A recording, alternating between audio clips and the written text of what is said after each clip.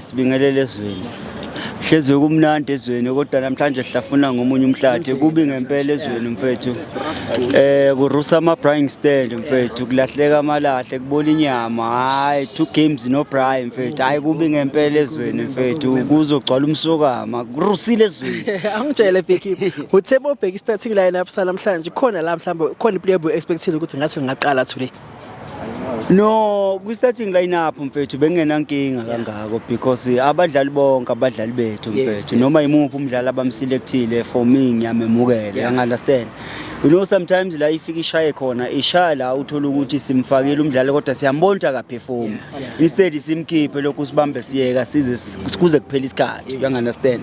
Yabo njengabadlali abafana nabo umlungu Odiong anginankinga nokuqala kwakho ukudlala kodwa coach bekufanele abone ukuthi umjida akekho egamini and akasi because every time mayebamba ibhola ma back pass you understand so iyona into engikhalisayo mina ukuthi okay lo esesimfakileke manje why singalukuzani sichange nakhona why chintshwe emva kwesikhathi eside because into mayingasebenzi mfethu asilungise khona mfethu ayigitshelwe imoto engayindawo mayistakile imoto ishamaza dilika lapho uthathe enye into uyangithola mamela Beekeeper. Is this the time mhlambe ukuthi uWadu start unleashing ama player afana nabo Siphombule Kabelo Dlamini esacela kudala ukubabona sazi iquality yabo ukuthi bebangasincede emagameni afana nalawo.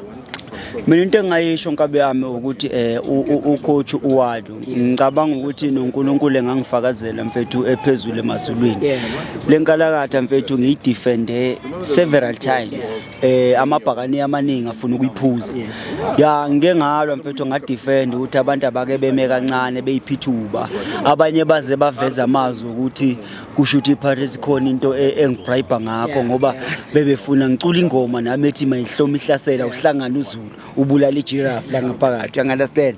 Kodwa ke manje mfethu angisho ukuthi ijiraffe ayibulawe kodwa into engayisho ngineutral manje you understand because kufanele si understandane singama fans ukuthi wonke ama fans for me wonke ama fans imbono yawo i-right angeke ngithathe umbono wami ngocoach bese sengithi acrusheke imbono yabanye abantu indoda nendoda iyezwa kunjani amanye amadoda wadli namhla yimi kuphela nje insizwe edlayo futhi esayovuka amasi mayisuka la cha mina mfethu uthi ngikutshele baba ngiyibhikipha lezwe baba ngiphila nabantu ngimuntu wabantu and I'm like a role model kubantu abaningi ngibhikiphe nama followers nasezulwini ngiyafollowa so into engakutshela yona nkabi yami ukuthi eze umuntu ofollowayo makuwa yena kwenzekalani ngabantu abamfollowayo mangakhala mina ngiyibhikipha ngidabukise lapha lokhu ngicipha izinyembezi kusho ukuthi izwe lizogcwala inyembezi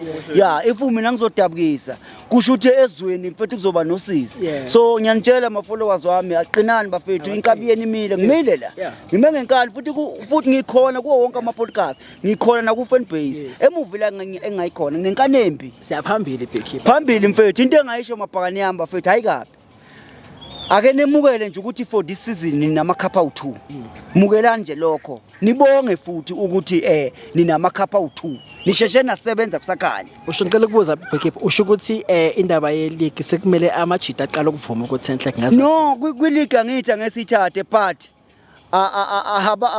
mfethu abasivula ispace se disappointment you understand ngoba sifuna umuntu ozoyiphosa esporweni nozoyihenga ngendaba ukuthi league ayisatholakala mina into engishoyo mfethu ukuthi ingcono inyoni eseshayiwe already wayifake ebhegini kunaleno sayichase you understand mfethu for me mina as a Beekeeper for ukuthi sithatha amakhapha u2 early ayi mfethu sisebenzile kule mese yenzeka manje ukubethiwa lamakaphe esiwathathile lawo asasengaphambili awakadlalela bekuzokwenza sigcina singasatholi next you understand so into engisho nje bafethu ake ngicross ngivele ngijampula yini ngingene nalapha kuma zebra lamthuthu ola mthuthu banga celebrate ukudliwa kwePirates beze bekhohle ukuthi abana khaba abanalutho benga celebrate ukudliwa kwePirates as if bona basasekhona ku Nedbank khona manje iNedbank yona lebe kufanele ngabe bayayidefenda isizwe kusekumele isidefende yona ngokwayo manje la ngiyibone khona ukuthi le Nedbank inomkhuba phakathi ngibone ngokuthi kushayeke i-defending champion